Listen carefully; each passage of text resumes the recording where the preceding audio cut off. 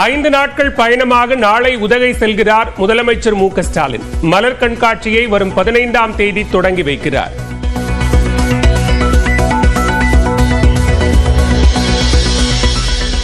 முப்படைகளின் தளபதிகளுடன் பிரதமர் நரேந்திர மோடி ஆலோசனை.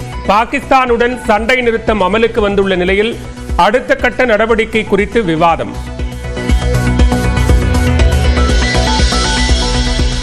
இந்தியா பாகிஸ்தான் இடையிலான தாக்குதல் நிறுத்தத்தை தொடர்ந்து எல்லை மாநிலங்களில் திரும்பிய இயல்பு நிலை. 4 நாட்களுக்கு பிறகு வழக்கமான பணிகளை மேற்கொள்ளும் மக்கள்.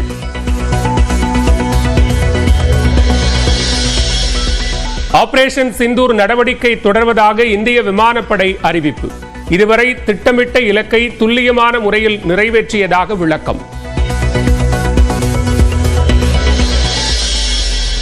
நாடாளுமன்ற சிறப்பு கூட்டத்தொடரை நடத்த கோரி பிரதமருக்கு மக்களவை எதிர்க்கட்சித் தலைவர் ராகுல் காந்தி கடிதம்.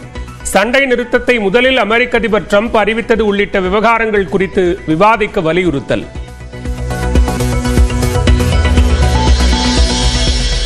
இந்தியா மற்றும் பாகிஸ்தானுடன் வர்த்தகத்தை அதிகரிக்க உள்ளதாக அமெரிக்க அதிபர் டிரம்ப் அறிவிப்பு.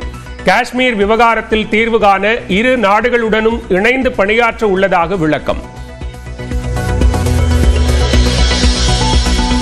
காஷ்மீர் விவகாரத்தில் இரு நாடுகளுடன் இணைந்து தீர்வு காண தயார் என டிரம்ப் அறிவித்ததற்கு பாகிஸ்தான் வரவேற்பு.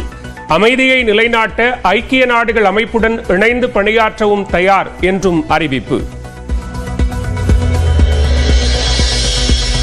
பாகிஸ்தானுக்கு சென்று தாக்குதல் நடத்திய இந்திய ராணுவத்திற்கு வாழ்த்துக்கள். கோழிக்கோடு படப்பிடிப்பு செல்லும் வழியில் சென்னை விமான நிலையத்தில் நடிகர் ரஜினிகாந்த் பேட்டி. பாகிஸ்தான் நாட்டுக்குள்ளே நுழைந்து அங்க இருக்கிற அந்த டெரரிஸ்ட் அவங்களை துவம்சம் பண்ண இந்திய ராணுவத்துக்கு என்னுடைய மனமார்ந்த பாராட்டுகள். பாகிஸ்தான் நாட்டு திமுக ஆட்சியின் முதன்மை திட்டங்களால் ஏற்றுமதியில் 2 மடங்கு சாதனை என தமிழ்நாடு அரசு பெருமிதம். மின்னணு ஏற்றுமதி மற்றும் வேலை வாய்ப்புகளை வழங்குவதில் சாதனை படைத்துள்ளதாகவும் அறிக்கை.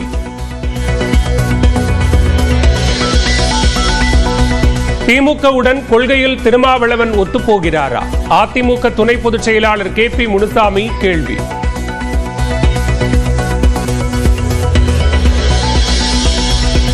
சென்னை வளசரவாக்கம் சௌத்ரி நகர் பகுதியில் உள்ள வீட்டில் பயங்கர தீ விபத்து, 2 உயிரிழப்பு. வீட்டின் உள்ளே 2 சிக்கியுள்ளதாக தகவல். மீட்பு பணியில் தீயணைப்புத் துறையினர் தீவிரம்.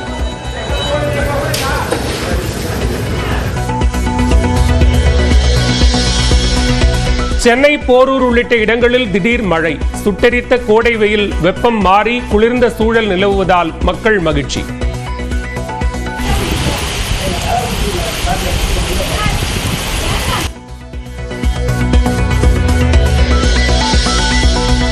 சித்ரா பௌர்ணமியையொட்டி திருவண்ணாமலை அண்ணாமலையார் கோவிலில் குவிந்த பக்தர்கள். 5 மணி நேரத்திற்கும் மேலாக காத்திருந்து சாமி தரிசனம்.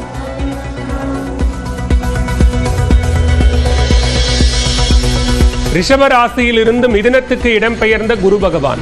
குரு ஸ்தலங்களில் பெருமளவில் குவிந்து பக்தர்கள் வழிபாடு.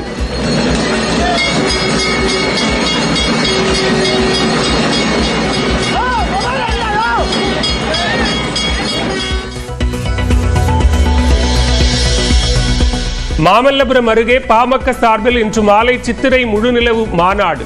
ஏற்பாடுகள் தீவிரம். 300 பேருந்துகள், 500 வேன்கள் உட்பட 1000க்கும் மேற்பட்ட வாகனங்களில் தொண்டர்கள் வருகை.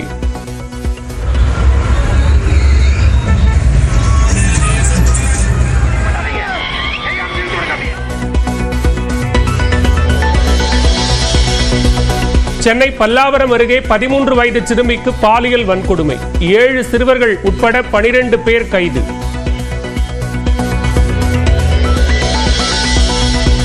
வார விடுமுறையை கொண்டாட கொடைக்கானலில் குவிந்த சுற்றுலா பயணிகள். இதமான சூழல் நிலவுவதால் மகிழ்ச்சி.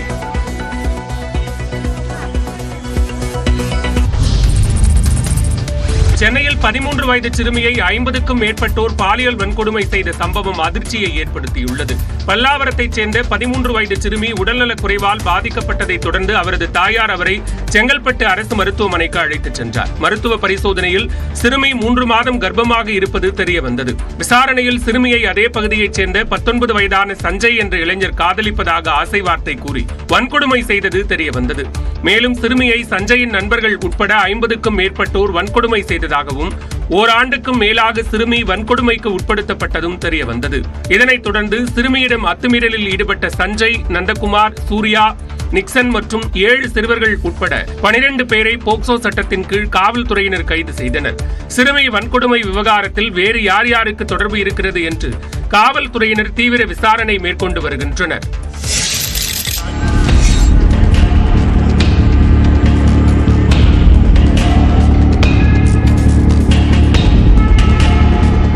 சென்னை விமான நிலையத்திற்கு வந்த பயணியின் பை மீது பாம்பு ஒன்று ஜம்மென்று படுத்துக் கொண்டிருந்த காட்சிதான் இது. சென்னையைச் சேர்ந்த விஜய் என்பவர் சவுதியில் பணிபுரிந்து வருகிறார். விடுமுறையை கழிப்பதற்காக அவர் சென்னைக்கு விமானம் மூலம் வந்துள்ளார். அவரை அழைத்துச் செல்வதற்காக குடும்பத்தினர் விமான நிலையத்தின் வெளியே வாகன நிறுத்தம் இடத்தில் காருடன் காத்திருந்தனர். அவர்கள் இருக்கும் இடத்திற்கு விஜய் சென்றுள்ளார். அங்கு திடீரென 3 அடி நீள பாம்பு ஒன்று புகுந்தது. அதனை கண்டு அங்கிருந்தவர்கள் அனைவரும் அதிர்ச்சியடைந்தனர்.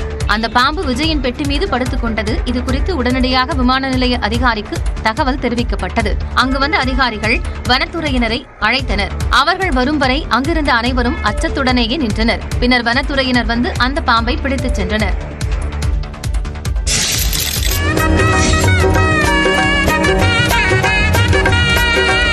பெண்களின் சபரிமலை என்று அழைக்கப்படும் மண்டைக்காடு பகவதி அம்மன் கோயில் குடமுழுக்கு விழாவில் பல்லாயிரக்கணக்கான பக்தர்கள் பங்கேற்றனர். 2021ஆம் ஆண்டு ஜூன் 2ஆம் தேதி மண்டைக்காடு பகவதி அம்மன் கோயிலில் தீ விபத்து ஏற்பட்டு மேற்கூரை சேதமடைந்தது. இதனைத் தொடர்ந்து 1.5 கோடி ரூபாய் செலவில் திருப்பணிகள் நடைபெற்று வந்தது. இந்த பணிகள் நிறைவடைந்த நிலையில் வேத பண்டிதர்கள் மந்திரங்கள் முழங்க மேளதாள வாத்தியங்களோடு குடமுழுக்கு விழா நடைபெற்றது.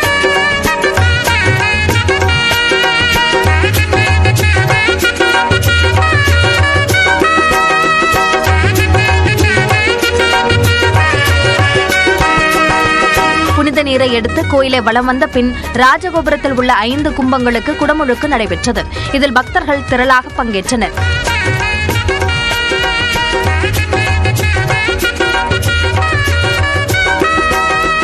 பக்தர்கள் கூட்டம் அதிக அளவில் இருந்ததால் 200க்கும் மேற்பட்ட போலீசார் பாதுகாப்பு பணியில் ஈடுபட்டனர்.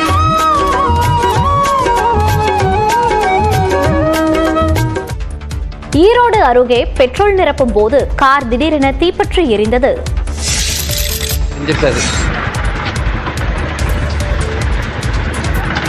ஈரோடு அருகே பெட்ரோல் நிலையத்தில் பெட்ரோல் நிரப்பிக் கொண்டிருந்த கார் திடீரென பற்றியெறிந்த காட்சிகள்தான் இவை. ஈரோடு முத்தம்பாளையம் பகுதியைச் சேர்ந்த சோமேஸ்வரன் தனது குடும்பத்தினருடன் கோபிச்செட்டிப்பாளையம் சென்றுவிட்டு காரில் வீடு திரும்பிக் கொண்டிருந்தார். வழியில் நரிப்பள்ளம் என்ற இடத்தில் உள்ள பெட்ரோல் நிலையத்திற்கு சென்று காருக்கு பெட்ரோல் நிரப்பிக் கொண்டிருந்தார். அப்போது திடீரென காரின் முன்பகுதியில் தீப்பற்றி எரிய தொடங்கியது.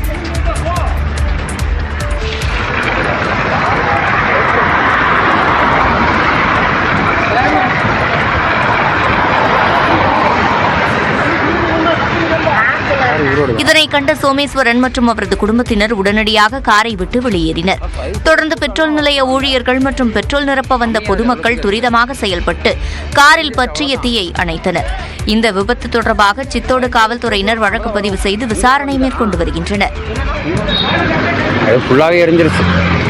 சர்வீஸ்காரங்க கூப்பிடணும்.